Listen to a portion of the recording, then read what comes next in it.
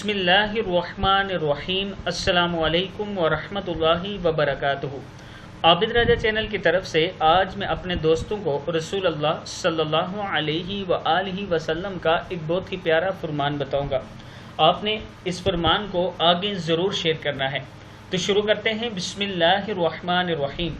आप सल्लल्लाहु अलैहि वआलिहि वसल्लम ने अपनी बेटी को किससे मोहब्बत करने को कहा?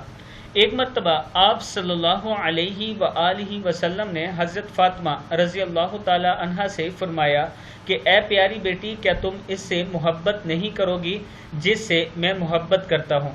हज़रत फ़ातिमा रज़ी अल्लाह ताला अन्हा ने अर्ज़ की, क्यों नहीं, यानी मैं भी इससे ज़रूर मोहब्बत करूँगी जिससे आप सल्लल्लाहु अलैहि वआलिहि वसल्लम को मोहब्बत है।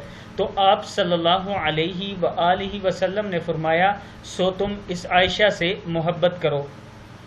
फिर सुन लें, एक मर्तबा आप सल्लल्लाहु अलैहि वसल्लम ने हज़रत फ़ातिमा रज़ी अल्लाह ताला अन्हा से फरमाया, ए प्यारी बेटी, क्या तुम इससे मोहब्बत नहीं करोगी जिससे मैं मोहब्बत करता हूँ?